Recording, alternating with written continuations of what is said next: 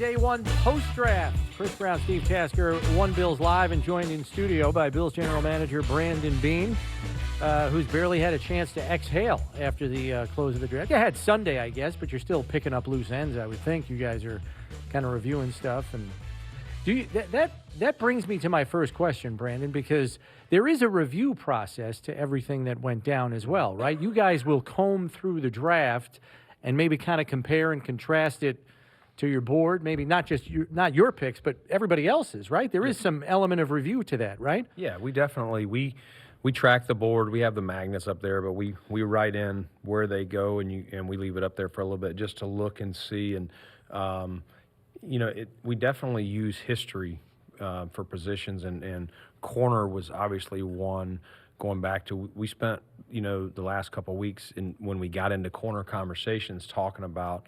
Because we said coming in this draft, first few rounds, we'd like to get one. Because you get lower in there, you're going, how much can you count on them in year one? And we knew we wanted to have somebody year one. So we really started looking and kind of going through the names of the last 3 or 4 drafts where these guys were going. We had done a similar thing when I was in Carolina when we were looking for corners. And one year we won them, and they all went. And we're like, man, we might be grading them too hard. Like, every time we're getting up. And that a little bit last year, we felt like that was happening. Like, maybe we're grading them too hard, or people are just like receivers. They're scared they're not going to be there, so there's these run on them, and I think you saw that again at corner. 9 in the first 2 rounds for corner. Yeah, certainly in Khalil, Elam, you got a guy that has every bit the look that he can be there week one.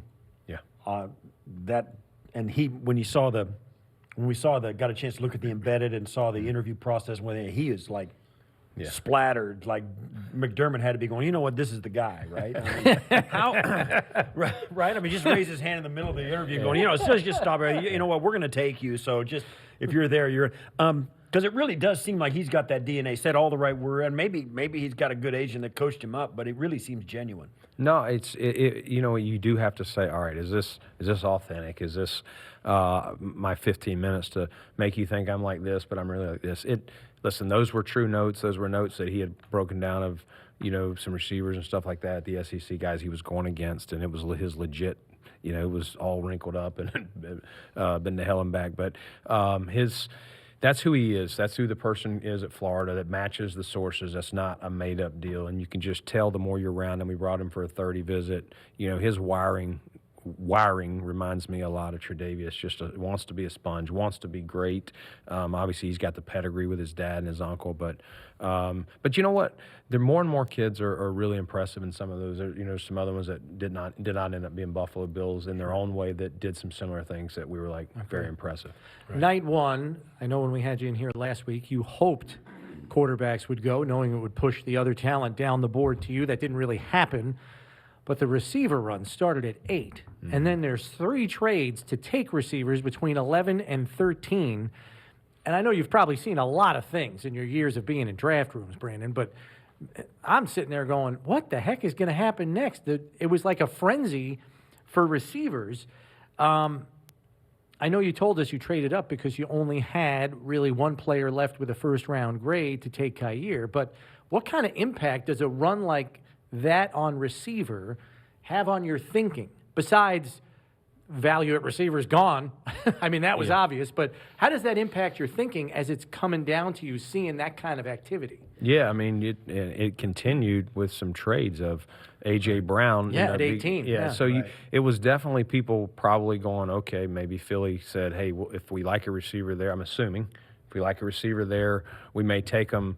But if not, we got something in the works here with Tennessee. We'll go to that plan, and then Baltimore and Arizona with Hollywood Brown. So there was a lot going on. You starts making you wonder how many other deals are about to pop in. But we had positions, players on both sides of the ball, but it was definitely getting cleaned out. My biggest concern was when these quarterbacks were going to go, and finally at 20. We got one, and then at 21, it was like, we're about to go back to corners. Kansas City trades and takes McDuffie. We got one guy left. Let's be aggressive. And we couldn't work it out with Green Bay, but we worked it out with Baltimore. And was it a surprise to you to see how many 9 draft day trades in the first round? I mean, it seems that's a ton. Yeah, Well, they were it's- one of them. Yeah, Right. It seems to be the way to go. People, you have some targets, you have some things you want to come out with, and I think like anything, there were some guys that people felt really could make an impact this year, and so I think that's where you saw the aggressiveness in round one. Going, okay, if we don't do it. As we go down, I don't know how impactful this player will be this year. Part of our thinking, even with cornerback as well. Right. Where can we slide to and say this player in round two can definitely, help us this year? I feel comfortable. I don't always speak for Steve, but I feel comfortable saying this. So for Steve and I, James Cook was probably our favorite pick of the whole dang draft. So we're on the show Friday afternoon before night two, and we're talking about like, hey, what could be on the board for the Bills? This, that, and the other. We thought it was going to be, And- 50, or 57. Near the bottom of round Right. two, though, we didn't think there was going to be any value for you guys at receiver because whoever didn't get one night one was going to be taking them at the top of the round in round two. And sure enough, that happened. Another 7 guys go off before your original pick at 57. Yeah. And so we were saying, well, how can you still diversify the pass game? And we were like, that kid Cook looks pretty good. And I mean, we didn't know what the value was in your room or anybody else's, but we're like, well, that guy could still diversify a pass game for you, even though he's not listed as a receiver. And then sure enough, you guys take him, and we're like, woo, we're whooping it up in here. But he can really diversify your pass game, can he? Like, Yeah, that's really what it is. What we were looking for this weekend in no particular order was adding some pieces to the passing game, run after catch, mismatch ability, and that could be at a receiver, that could be at a tight end, and in this case was a running back. But this is a guy you're gonna try to get the ball in his hands in space, whether that's hand it to him in a wide zone. Line him out a receiver, running him in a screen. Like, there's just various ways to get the ball in his hand, and we're excited about what he does with it in his hand. Do you sense a trend of guys like that? We've talked last year and a year or two ago for the last couple of years on the defensive side, getting these hybrid guys that are, athletes. They can rush the passer, they can cover guys, and they can tackle and whatever. Is there a trend on the offensive side of the ball about guys like a Deebo Samuel? Like Isaiah McKenzie a little bit, guys you can hand it to, line up in the backfield, and also split out wide. Is there kind of a trend going towards that for a guy like James Cook? Yeah, I think what you're trying to do is, and this, is you're trying to get the defense into a defense where you got an advantage. Right. And how do they? Okay, if you go out there with 2 tight ends, how are they playing you? Are they playing you like you're running the ball, or are they just using those as 2 more receivers? Like, so you're looking at now at this point adding him. If we go with Motor or Moss in the game with him, what defense are we getting versus just him in the game? This just gives, if we go with 2 tight ends in the game and this kid, like, that's what really you're looking for, how people will play you. And I know last year at times Dable was using Reggie Gilliam a lot because what defense we were getting, which he thought gave us some advantages. So to me, it's a mismatch piece that we can use lined up in the backfield, lined up split out, and just different ways to get him the ball and hopefully get him on a linebacker that we think he's going to have an you advantage put him on. out there in 22 personnel. It's not necessarily a power formation because you can throw it to him and split him out or send him. I mean, there are multitude of options there. It's pretty attractive. Terrell Bernard, right away I can see this kid being a special teams cover demon for you guys on teams. But he seems like a linebacker where as long as you can keep him clean, you got good DTs. If you can keep him clean, he's going to get you 100 tackles without breaking a sweat. Yeah, I mean, that's the thing. He's a linebacker first. We do think he'll help us on 4th down, but we lost A.J. Klein. He's been a great fit for us the last couple of years, but the salary cap it is what it is, and we had to make some tough decisions.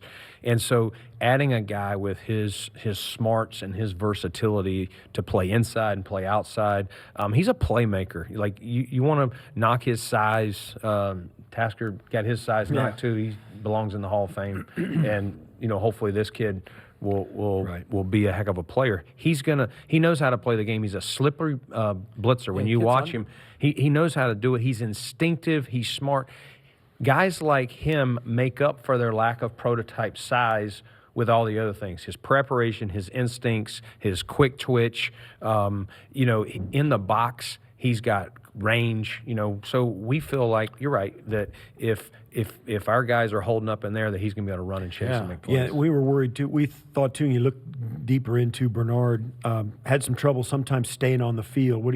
To me, some guys like that who are maybe a little undersized, it's because they play a little reckless. You see his highlights. I mean, he is not afraid to stick his nose in it. I mean, for undersized guys, sometimes self-preservation's an issue. Yeah. You know what I mean? Yeah. No, he'll definitely have to learn how we tackle and what we expect, and keeping himself healthy. But he's a tough kid, and our medical people felt really good with him. A lot of these guys come out and they've had nicks here and there, but we think he'll be a good fit here, and again give us some versatility as an inside-outside guy. I know when I asked you on Saturday, do you put Shakir in the run after catch column as well? You said yes. The thing about him is, while he has that first step quickness off the line, he's got these hesitation moves at the top of the right. He just leaves people in the dust as far as separation. I know he ran in the low 4.4s, but there's a craftiness to his route running, which seems pretty advanced for a young player just coming into the league, right? I mean, it's especially for like a 5th-round pick. Like, he's crafty. Yeah, he's a really good football player. That's what he is. He's not small, but he's not big. He's just right in the middle. He's just under 6 foot. He's 196 pounds. He's good with the ball in his hands. He's got some speed once he's up and running. We do think he can help us with the rack. We love his versatility. Similar to when we got Gabe, different size still, but when we brought Gabe in, we're like, man, this kid's smart and can play multiple spots. We like that about Shakir. He's got that body. He's making. You got to watch the highlights. One he's of the making things one-handed too, catches. Yeah, one of the things too is he catches really well. He's got amazing body control, great hands. A little bit like Cole Beasley. Cole makes some catches that really look hard to make, and he makes them consistently. This guy, same thing. Ball doesn't get on the ground when you throw it to him, and I think we used to laugh. Can he catch the ball as a guy you're going to throw the football to? It's called receiving. Exactly, exactly. Sometimes that gets lost in the. You get their 40 time, their vertical, their broad jump. If he can catch, it's not just a plus. It's kind of core value, right? Yeah. You kind of need to do that. But he does that really, really. He does it well. The drops he had were generally concentration drops. He had some, but. To what Brownie was alluding to a while ago, he had some really, body control, one hand along the sideline. He made some spectacular catches. He's got ball skills. He's doing 180s and like backhanded. There was some highlight reel stuff. Yeah, there's some ridiculous stuff. At his pre-draft press conference week before the draft, Coach McDermott was asked about adding speed at receiver. Coach said he believed they already had good team speed, but that you never turn it down. Yeah. The top 3 skill position players you drafted, Elam, Cook, Shakir, 4.39, 4.42, 4.43 at the NFL Combine. Obviously, it's not the only part of a prospect's skill set. But it doesn't hurt, right? I mean, you added some juice here. Yeah, you're always looking for speed. Any position you're talking about, linebacker we just talked about with Bernard, even a lineman, you're looking for his speed to get out on a pull or a screen, whatever. Right. So you're always looking to add speed, but not at the expense of being a good football player. Right. And speed without instincts doesn't equal that. They don't play as fast. Right, so I would say all 3 of these guys are very instinctive players, and you see their speed match up. What's the first we can expect to see these guys like out here running around? I mean, I know that they've already been in town. When's the last one of these guys arrive, or has he arrived already? So we only bring in the Thursday night pick and the 2 Friday. Right. Other than that, just in case some have class or whatever. So we'll bring them in a week from Thursday. We'll have our rookie camp. It'll end up being kind of 2 days, just so that we don't wear them out, because they'll stay and join the vets after that. Yeah, rookie mini camp's an extra week back. Pushed it back a week, because usually it's that first week right after the draft, so it's the following week. Stay away from Mother's Day. Don't make any moms mad the first time they got to go to work. It's the reason we started doing 2 weeks. We've done it most recently, but and we did it 2 weeks after last year, is because if you bring them in the first week, you got to turn around and fly them all home. Yeah. And turn around and fly them all back in with air travel and all this isn't the easiest place in the world to get to. It's much easier to bring them in one time and keep them. One more thing on Shakir. Your biggest move was in that round. You go up 20 spots for Shakir. You don't make a move like that unless someone's really sticking out on your board. Was he essentially there by himself to make that move? Yeah, he was. When we got to pick 130 that I traded to Baltimore to move up for Elam, I looked at the board, and it's just a habit of mine, really usually just to piss myself off and say, we had that pick. Could have had that pick. Yeah, I right. got antsy and traded up. Now, I knew all along I would do that, but when pick 130 came up, he would have been the guy. And so when it got to the 5th round, I had some conversations with Jeff King, former tight end who used to play for us in Carolina. He's now in the Bears front office. And had talked to him in the morning. He had called and said they were looking to acquire, more picks, and would we be willing to move one of our 6 to move up at some point? And I said, do me a favor, call me at the beginning of the 5th. Let me see what's on the board after 4, and we'll decide. And I said, hey, there's a guy I like. If he's still there, we'll get this done. Nice. Right. Yeah. You always say your team doesn't play a game until September, so you're always working on the roster. This is the time of year, I'm not telling you anything you don't know, but this is the time of year when teams may throw some vets overboard depending on what they got in the draft, and we've seen a little of that already around the league. But will your cap situation allow you to kind of keep looking if you feel there's a vet or two that can help you?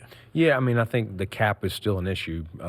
We have to be mindful because, even where our cap number sits, that's our top 51. If you just sit here and look and you do some early roster projections of where we need more money to get into the regular season, so it's not like if we were cutting it down right now based on certain criteria, not knowing how it's going to play out. If you were just doing a guess of roughly some of the ways it could break down, we need another $3 or $4 million for that, right. And then you got replacement costs, guys that get injured between now and that time, or even in season. Yeah, you want a cushion. You need to save, so you're always trying to save $5-6 million going into that. So we don't have a lot of flexibility, but yes, we'll still be out there looking for some vets. Hopefully they're at our price.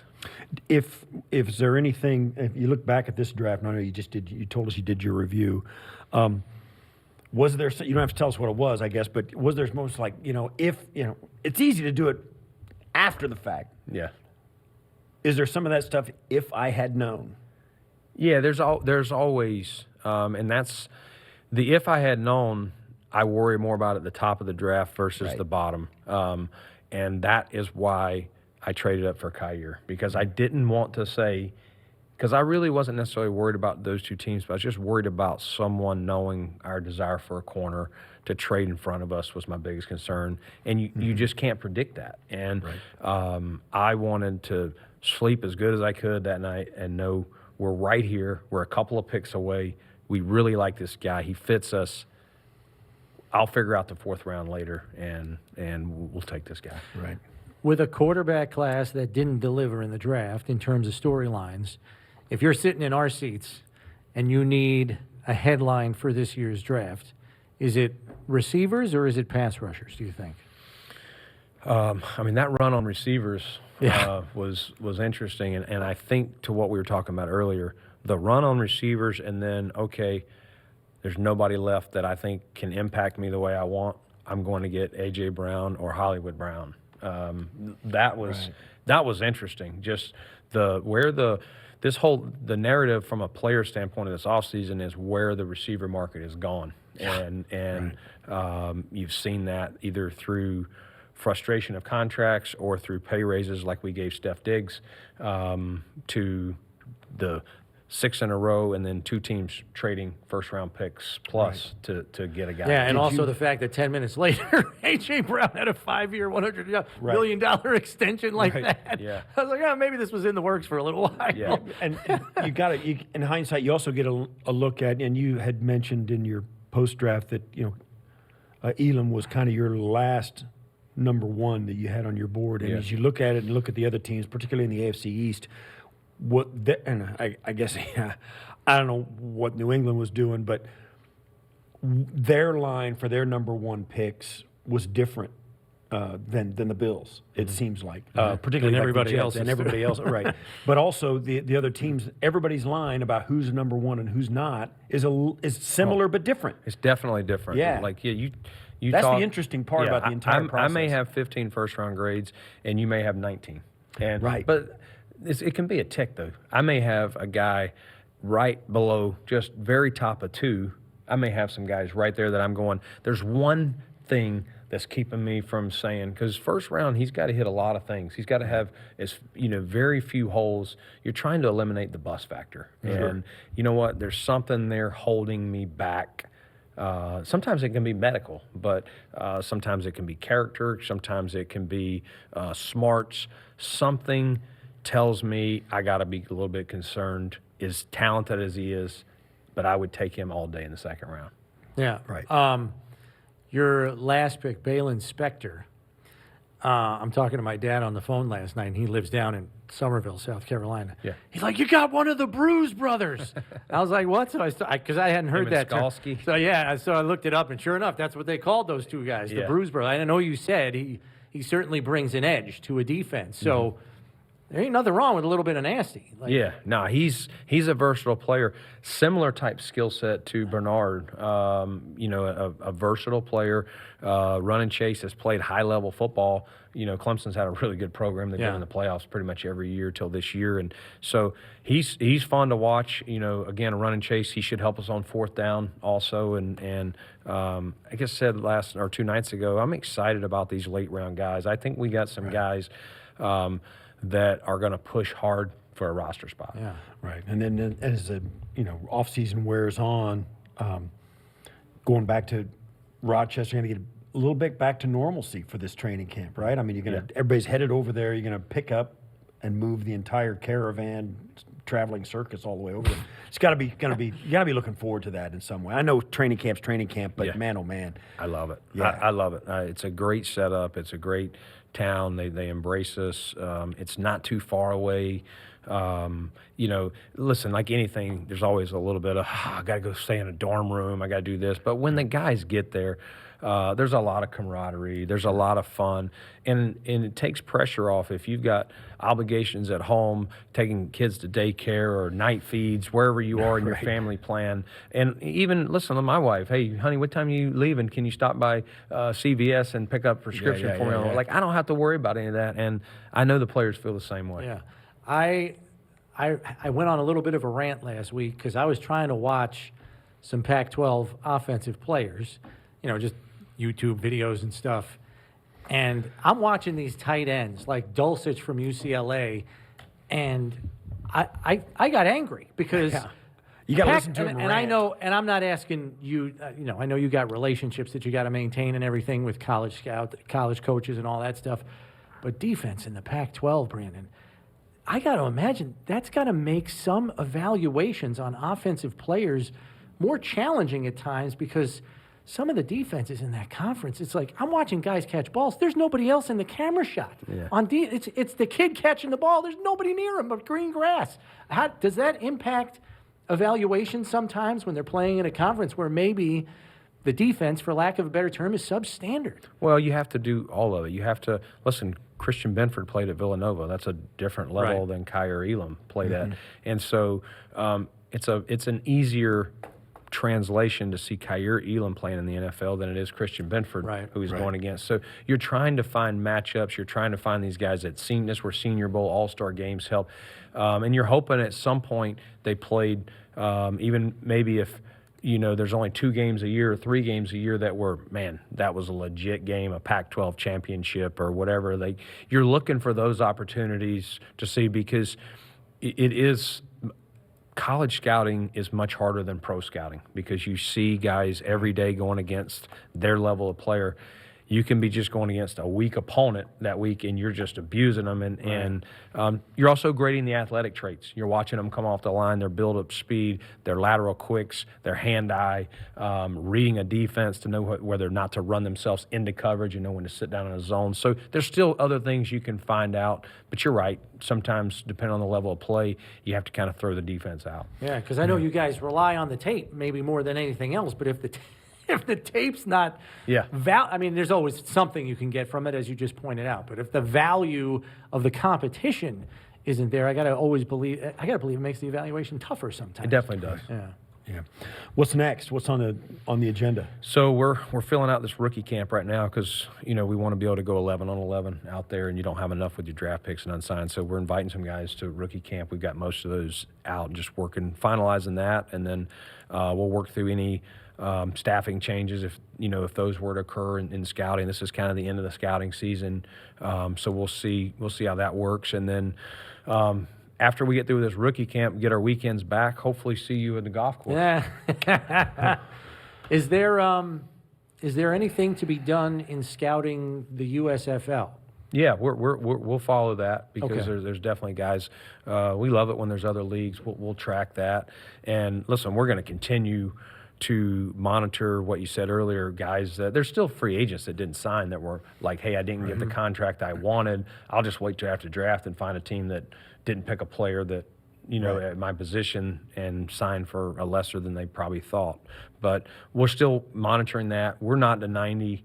We're, with the guys we've kind of have agreements on, we're around 80, 84, I think. So we still got 6 spots to, by the time we get to St. John Fisher to kind of work our way up to.